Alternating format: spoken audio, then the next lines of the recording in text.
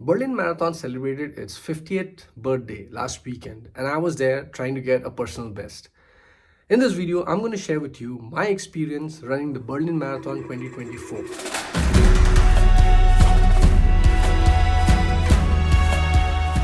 Hello everyone, my name is Jimmy and I enjoy running very much. This journey started a few years ago with a quest for losing weight when I ran my first few kilometers for cardio.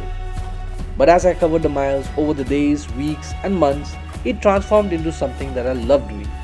And now I run marathons and half marathon.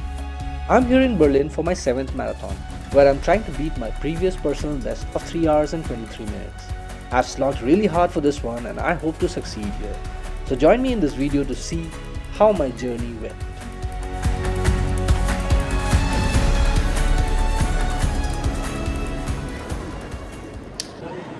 So we have arrived finally. Berlin Marathon 2024.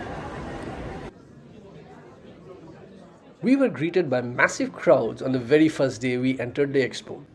But for a crowd that big, the progress was really fast. There were multiple lines that processed the participants very quickly.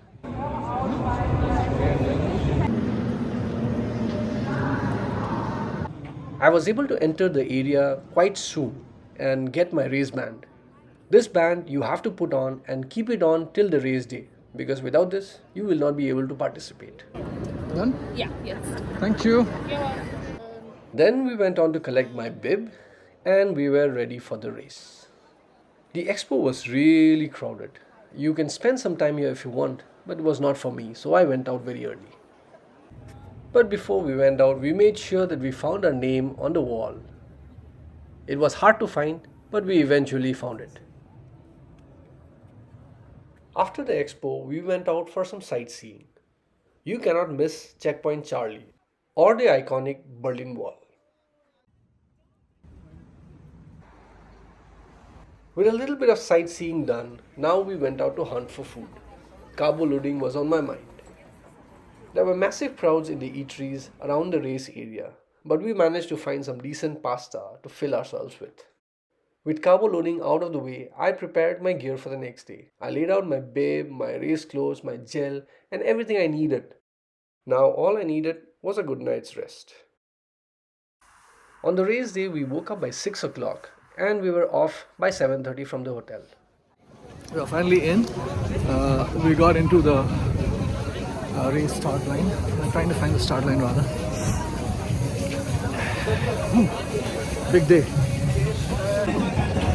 The thing about big races is there's so much chaos, there's so many people. It's really hard to understand where the things are. Just trying to move with the crowd and hope that I'll reach the right place.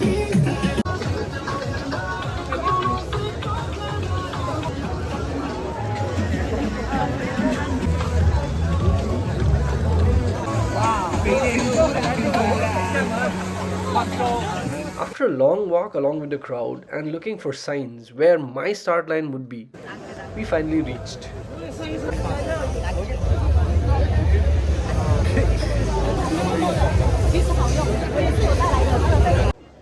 I had reached well before my start time of 9:15, but there was a crowd already in front, and I had a long wait still.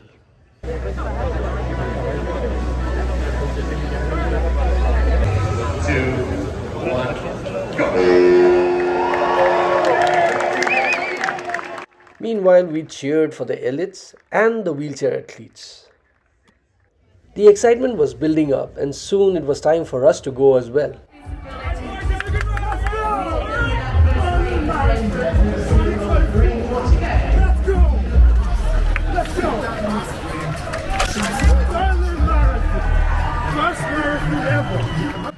Well, a little bit of trivia at the start. The person shouting next to me was none other than Aubrey Running. You might have seen his channel on YouTube sometimes.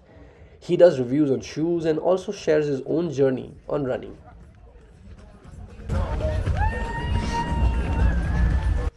I started off with very high spirits. I was on a mission to get a very strong PR. I had set my Garmin to a time of 3 hours and 10 minutes. and I really wanted to get there, so I revised it again and again before the race.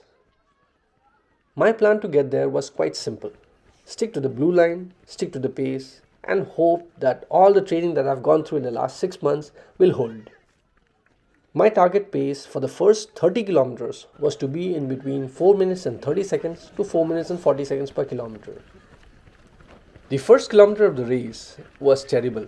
I was way off from the target pace. I was struggling to move ahead with a lot of slower runners in front of me. There were so many people that it was like a wall in front of me that didn't allow me to pass. In the first 10 kilometers, there was never a split where I could hit the target time. It wasn't because I was tired or I wasn't able to run. It was just because I wasn't able to pick up speed at all. But I was still hopeful that as the kilometers passed, there will be less number of people and then I would be able to go on at my pace. It was still very early into the race and I really wanted to stay positive. So I told myself, let's hold the pace for now and then we can push later on when the crowd thins out. Meanwhile, let me just focus on the blue line and keep the distance as short as possible.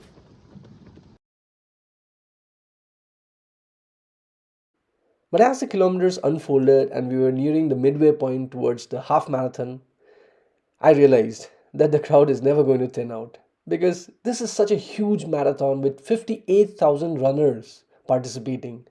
Who am I kidding? There's never going to be a thinner crowd than this. So I realized that I'm not going to be able to hit the pace at all. So I started zigzagging a lot. I started avoiding the blue line, running on the footpath, running anywhere I could to be able to try and get ahead.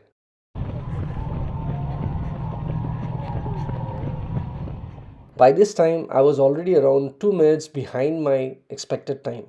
So it was a long way to make up.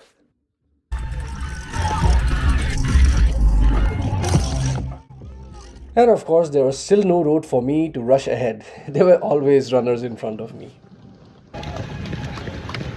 But the good part about starting a marathon slow is that you are full of energy till way past the midpoint. It was just around the midway point where I decided that let me just have fun in this marathon because I didn't see myself getting to the target pace anymore. The crowd support was superb, as they always say about the Berlin Marathon.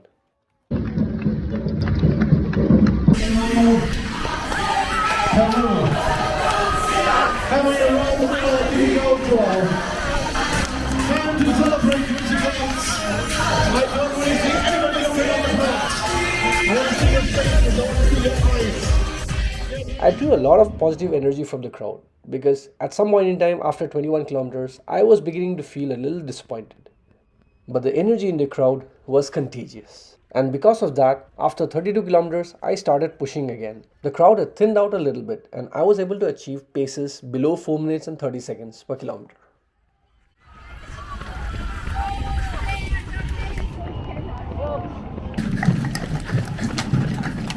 The good thing about starting a very slow marathon is that you can finish the last 5 kilometers or the last 10 kilometers really fast. And that's exactly what happened. At this point in the marathon, I was really happy that I had not hit the wall, and there I was sprinting away really fast towards the Brandenburg Gate.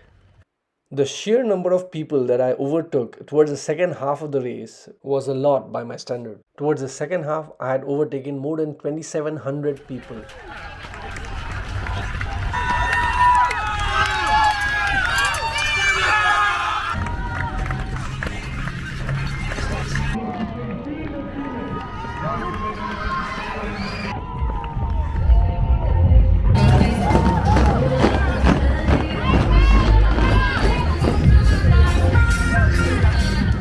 Towards the end, I ended up with a timing of 3 hours, 16 minutes and 45 seconds, which is like way below the target which I had set, but still a 7-minute PR over my previous marathon.